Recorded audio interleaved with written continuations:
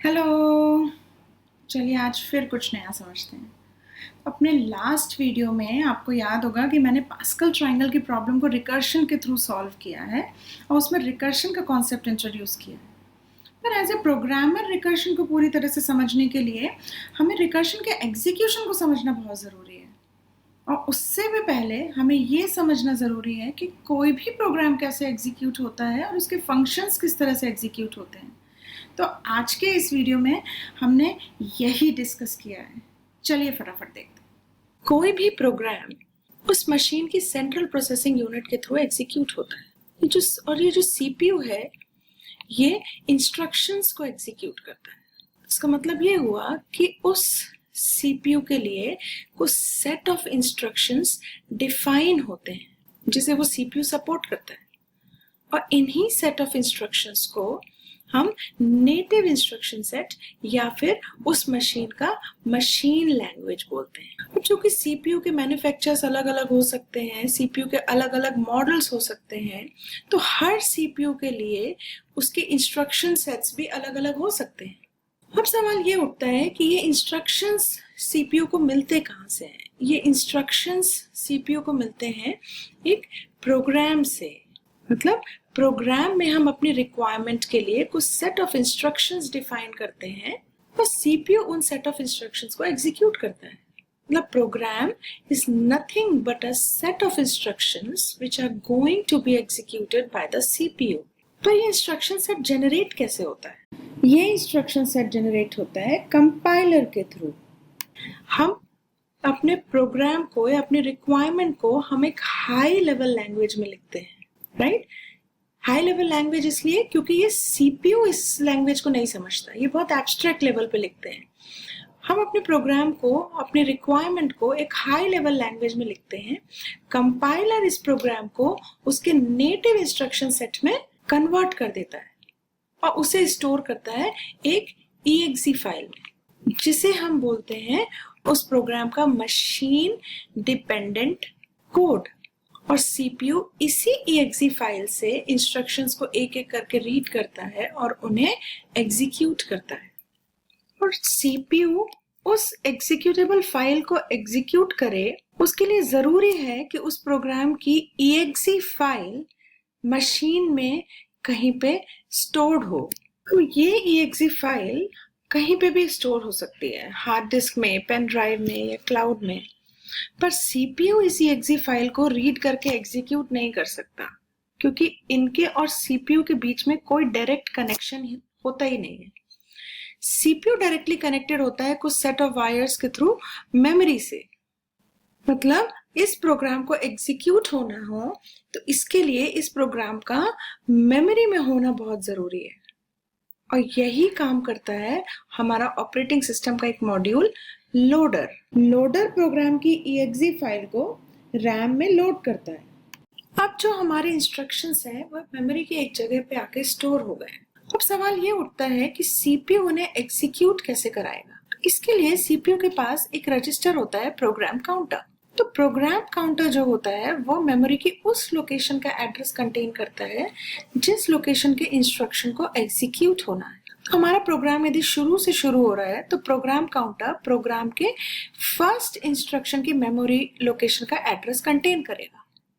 CPU उस location से instruction को फेच करेगा और प्रोग्राम काउंटर अपने आप एक इंक्रीमेंट हो जाएगा। फिर सीपीयू प्रोग्राम काउंटर की उस अपडेटेड लोकेशन से इंस्ट्रक्शन को फेच करेगा, उन्हें एग्जीक्यूट करेगा और प्रोग्राम काउंटर फिर से एक इंक्रीमेंट हो जाएगा। तो इस तरह से प्रोग्राम काउंटर एक एक इंक्रीमेंट होता जाएगा और सीपीयू इंस्ट्रक्शंस को एग्जीक्यूट करता जाएगा। पर ये तो हो गई हमारे लीनियर एग्जीक्यूशन की बात।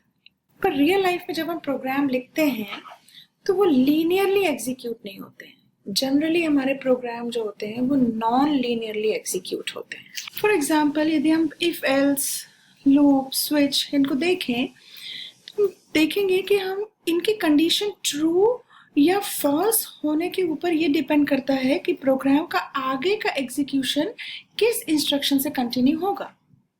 मान लीजिए इस इंस्ट्रक्शन के कंडीशन की कोई वैल्यू फॉल्स होने पे प्रोग्राम का आगे का एग्जीक्यूशन इस पर्टिकुलर इंस्ट्रक्शन से कंटिन्यू हो रहा है। इसका मतलब ये है कि हमें एक ऐसा मैकेनिज्म चाहिए जो कंडीशन के ट्रू या फॉल्स होने पे प्रोग्राम काउंटर की वैल्यू को अपडेट करे उस लोकेशन के एड्रेस से जहां से प्रोग्राम का आगे का एग्जीक्यूशन कंटिन्यू होना है। तो इस तरह का जो मैकेनिज्म है वो इम्प्लीमेंट होता है जंप इंस्ट्रक्शन के थ्रू। तो जंप इंस्ट्रक्शन प्रोग्राम काउंटर की वैल्यू को अपडेट करता है उस लोकेशन से जहां से बाकी का प्रोग्राम एग्जीक्यूट होना है। तो नॉन लीनियर प्रोग्राम एग्जीक्यूशन का एक और सिनेरियो है फंक्शन कॉलिंग। जब भी कोई फंक्शन कॉल होता है तो कंट्रोल पहले उस फंक्शन के फर्स्ट इंस्ट्रक्शन के पास पहुंचता है।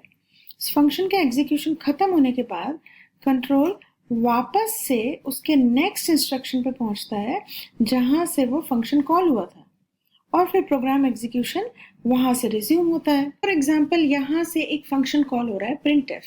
तो जैसे ही printf कॉल होगा प्रोग्राम काउंटर अपडेट हो जाएगा printf के फर्स्ट इंस्ट्रक्शन से।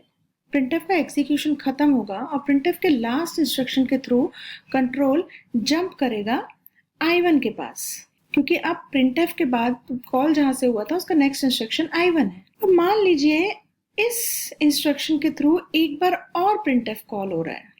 तो जैसे ही दोबारा printf कॉल होगा तो अगेन प्रोग्राम काउंटर पॉइंट करेगा printf के फर्स्ट इंस्ट्रक्शन को और उसके एग्जीक्यूशन खत्म होने के बाद इस बार कंट्रोल जंप करेगा i2 के पास।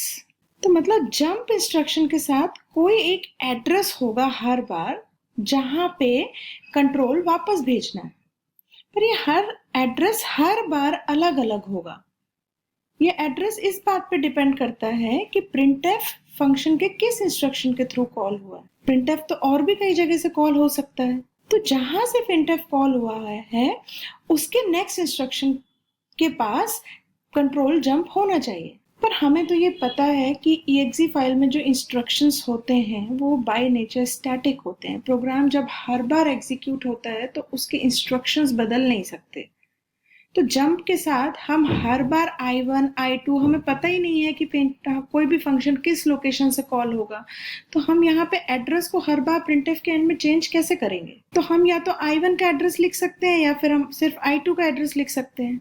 तो हर बार कंट्रोल अलग अलग जगह पे पहुंचा नहीं सकते यदि हम एड्रेस को हार्ड कोड करें तो इसका ये मतलब है कि जंप तो यूज नहीं हो सकता। तो जंप इंस्ट्रक्शन के बजाय हम एक वेरिएबल क्रिएट कर सकते हैं जो कि जब भी फंक्शन कॉल हो उसके नेक्स्ट इंस्ट्रक्शन के एड्रेस को स्टोर करेगा और फंक्शन के एग्जीक्यूशन खत्म होने के बाद उस एड्रेस वेरिएबल से वैल्यू को रीड करेगा और कंट्रोल वापस से रिटर्न करेगा उस एड्रेस वेरिएबल की वैल्यू के पास और प्रोग्राम का एग्जीक्यूशन वहां से फिर से कंटिन्यू हो जाएगा। तो इस तरह का जो मैकेनिज्म है ये कॉल और रिटर्न इंस्ट्रक्शंस के थ्रू इम्प्लीमेंट होता है। फॉर एग्जाम्पल जैसे यहाँ एक इंस्ट्रक्शन एग्जीक्यूट होगा कॉल printf, वैसे ही एक एड्रेस वेरिएबल क्रिएट होगा जिसमें इसके नेक्स्ट इंस्ट्रक्शन i1 का एड्रेस स्टोर होगा और प्रोग्राम काउंटर अपडेट हो जाएगा printf के